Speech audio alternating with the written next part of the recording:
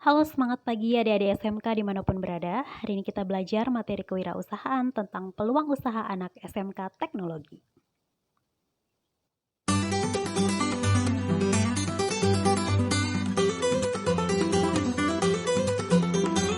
Jadi, pertama-tama kalian harus mengenal dulu ya, apa sih keunggulan menjadi wirausahawan dibandingkan dengan karyawan biasa. Seperti yang kamu bisa lihat, walaupun karyawan itu gajinya tetap setiap bulan ya, tapi yang memiliki jaminan penghasilan lebih tinggi itu adalah tentu saja pengusaha atau wirausahawan.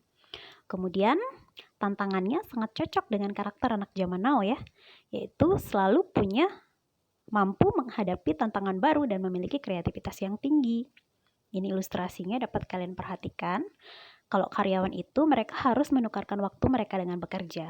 Kalau nggak bekerja mereka nggak akan dapat gaji. Sedangkan untuk wirausahawan itu di awal mereka memang harus jungkir balik dulu bekerja keras membangun aset. Tapi nanti kemudian mereka tinggal menikmati yang namanya disebut dengan passive income. Keren kan? Enak menjadi wirausahawan ya. Asalkan tekadnya harus bulat dulu. Nah, gimana sih caranya untuk menjadi wirausahawan?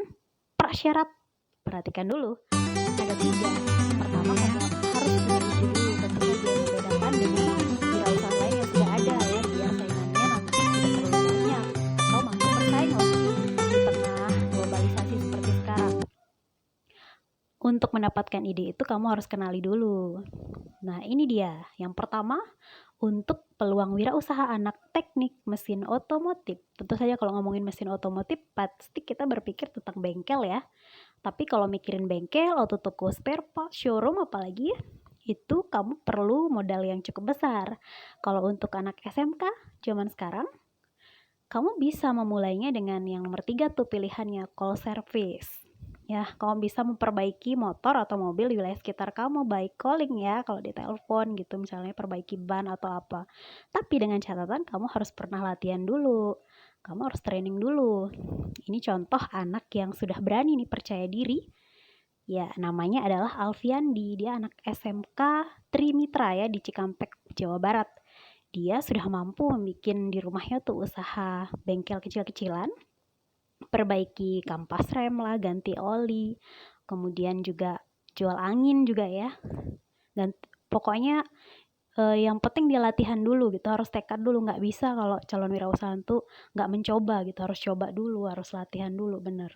Ini salah satu juga ada profil wirausahawan yang sudah sukses, Pak Langgeng Lujitu dari Ngawi, Jawa Timur ya. Usianya 40 tahun tapi dia memulai usahanya itu dari kelas 2 SMK. Mulai dari mesin bubut yang dia geluti, kemudian berkembang jadi punya beberapa cabang gitu. Sekarang penghasilannya sampai 2 miliar loh, wow. Nah, beliau berkata bahwa meskipun dia pemilik bengkel, tapi dia tetap terus belajar bongkar pasang, nggak malu ya. Kenapa? Karena dia yakin kalau mau belajar pasti bisa gitu. Nah, yang kedua, peluang wirausaha untuk anak teknik komputer jaringan dan multimedia. Wow, ini banyak banget ini. Salah satunya YouTuber tuh. Bagi kamu yang suka gambar, kamu bisa coba-coba tuh desain grafis. Ya, desain grafis itu peluang kerjanya banyak sekarang ya. Penulis artikel juga blogger kan semuanya serba internet. Jadi semuanya serba suka yang di HP aja gitu. Jadi kamu bisa bikin blogger, konten-konten yang menarik, YouTube juga konten-konten yang menarik untuk kamu pasarkan gitu. Pasti laku asalkan kamu tekadnya bulat gitu. Ya. Nah, desain grafis itu nanti ada contoh-contohnya, banyak banget desain grafis yang anak muda ya, dari misalnya gambar komik gitu, komikus kayak gitu, webtoon dan sejenisnya, itu banyak banget yang udah sukses. Ini contoh pekerjaan di bidang TKJ, Internet Service Provider. Kamu bisa on calling nanti ya, tapi kayak gitu lah resikonya manjat-manjat gitu. Nah, kalau komikus, ini salah satu yang sudah menjadi kebanggaan Indonesia banget. Kamu pasti tahu ya, Aryo Anindito terkenal banget loh, sampai go internasional. Dia sudah bikin salah satu karakter di Star Wars, itu kan terkenal banget ya. Pokoknya dia kerjasama sama rumah produksi Marvel itu. Dia salah satu yang membanggakan banget nih. Dia mulai dari usaha muda, usaha pasar saya multimedia ya, sejak usia muda gitu maksudnya. Nah, tapi nggak kalah keren tuh, banyak banget kalau kamu searching. Ya, itu banyak banget ada komikus-komikus muda. Seperti contohnya ini yang aku suka banget komiknya ya. Tara, kamu bisa cek di Instagram Mahfirare. Mahfirare ini keren banget ya kalau kamu cek di Instagramnya dia, itu ada throwback ceritanya dia gimana memulai karirnya dia di bidang ini, desain grafis ini, gambar-gambar ini. Dia tuh pertamanya bikin komik tuh garing banget katanya menurut dia, tapi dia terus berjuang, terus berusaha. Akhirnya setelah berapa tahun ya, dia jadi sekarang udah jadi bahkan penulis webtoon loh. Followersnya di Instagram juga udah banyak banget, dia udah bisa ngasilin uang tuh dengan cara promosi-promosi gitu ya, endorse gitu. Pokoknya bagus banget, coba kamu cek deh nanti ya Instagramnya, orangnya masih muda banget, cute gitu.